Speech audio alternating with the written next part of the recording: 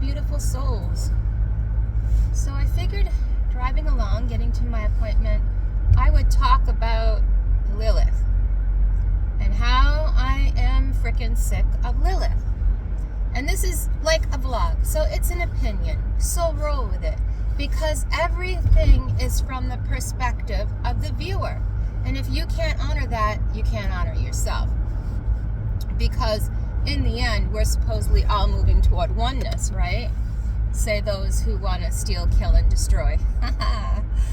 I guess they want everyone obliterated because they gotta be. So whatever, storylines abound, and that's why we cut off the egregore and the people from our past, and we change from the inside out like a chrysalis. So I was sick of being the Lilith. I was sick of everybody being the Lilith and putting all their sin on me. Now, my mom is a dark witch and a narcissist, diagnosed narcissist, what else, you know? And her grandmother was a lot like me, but she's also way better than me. She was the sweetest, hardworking person I ever met, super talented, but with a dumb, drunk husband, who is my grandfather, who I loved and took care of until he passed away. Now, that doesn't mean I loved anything he was or anything he did. He was just my grandfather, and at that point in my life, I took care of the people that I loved. I was a mom. I had 5 kids, one that wasn't my own, so 6. And we went there and we took care of Grandpa, his lawn, you know, try to get him to take care of his health the best that we could while he was declining. But my grandmother went through hell in life because of him, and my mother and my dad, they couldn't stand him, which I find hilarious because they're not any better, nor have they, even though they had way more privileges than he did, they never put themselves in a place to really exceed who he was. Like my father did business-wise, but my grandfather had basically no education. He left school in the 3rd grade and stole his teacher's lunch because she locked him in the cupboard, and he ran away with it and ate it and never went back to school. That was my grandfather. By the time he was 13, I think he was a car thief. So bootleggers, moving stuff, and he couldn't read. His problem was in school wasn't that he was a discipline problem. It was that he had dyslexia. And also, he had a massive concussion that led to a coma when he was a child. So see, my grandfather had biological reasons to be as he was, and then he went into the war and he got even worse. But my grandfather was a seer his whole life. And that started before he got the hit on the head. When he was 4.5, 5, he said to his mom he saw a saint while praying, and he saw it in the clouds, and it was perfectly defined. Now, whether or not he had the ability to see patterns that I do somewhat, his gift was better, but he was gifted.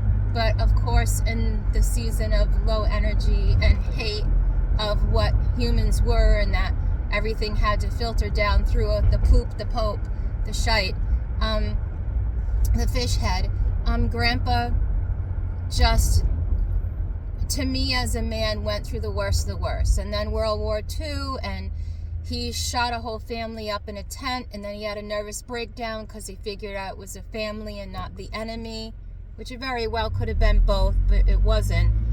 And he didn't do it on purpose, you know. The family refused to come out of the tent, and, you know, when you go in through situations with war, he lost his cool and he shot before he saw. And he killed a whole family, and he never got over that. He never got over any of the things. And every time he got drunk, because he was a drunkard, he would talk about these things. So my grandmom also was gifted through her mom. She was saintly. Her mom was the clinical narcissist, went through husbands, basically ruined the men and moved on to the next one. I think she had 5 husbands, which was kind of unheard of, you know, back in those days. But she moved to Las Vegas, and that's where she had her 5th husband, I believe. My grandfather, as far as I know, was the 4th or the 3rd, not positive. My great-grandpa. So in my family, you know, and your family will run these consistent lines.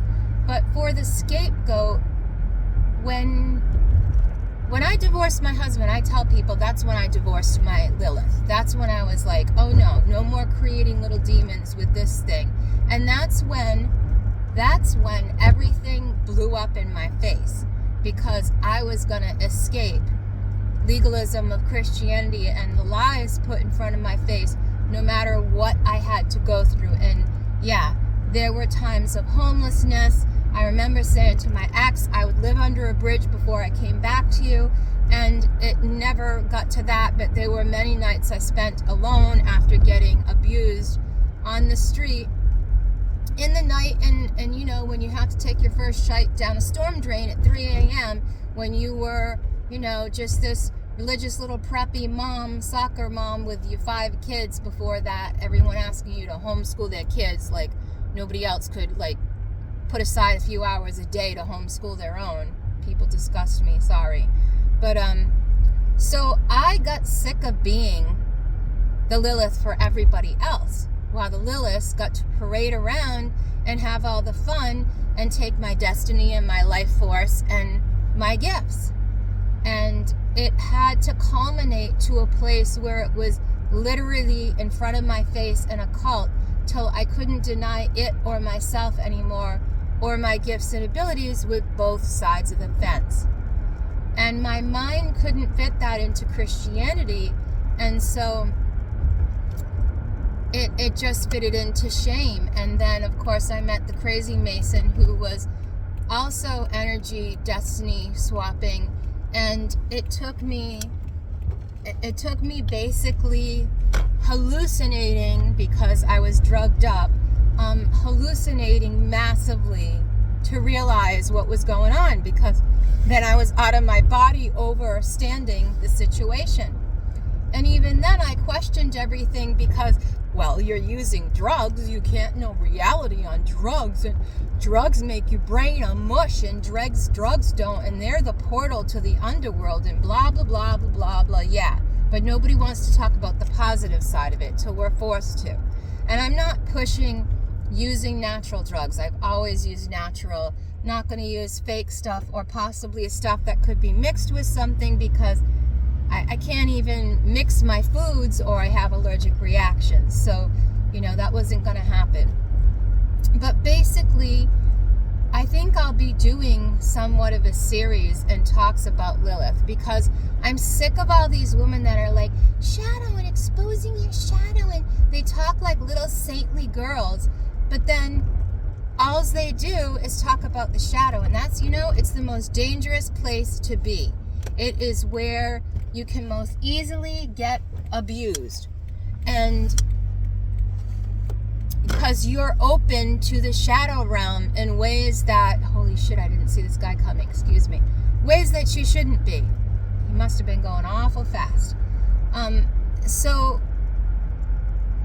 we have like a deadly corner, and I just went around it, and someone else came around it going way too fast, and you can really see up the road. So I don't know where the guy came from, but God is good, which means my soul protects me, because that is the light and that is the ghost.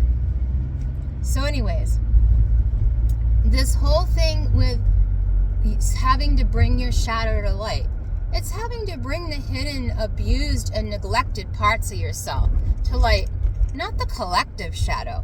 Now, if you want to dive into shamanic collective shadow stuff, well then, you're going to be cracking out a whole new world of eggs and a whole slew of demonic entities and shadows.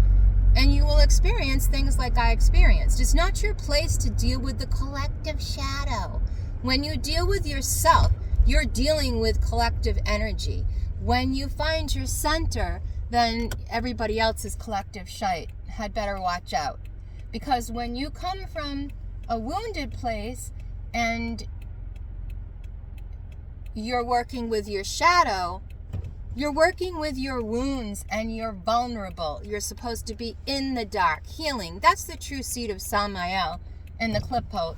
Not that I agree with that whole system, because I don't, and I've made that clear. But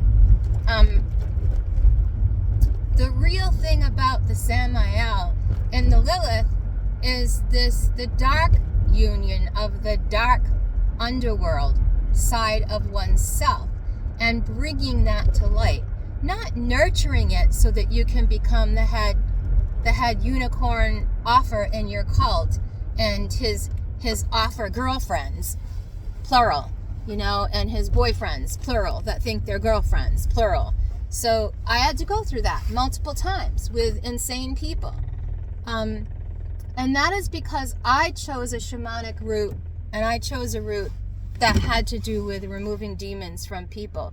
So I have arrived where I want to be, and I'll talk about that stuff later. Thank you.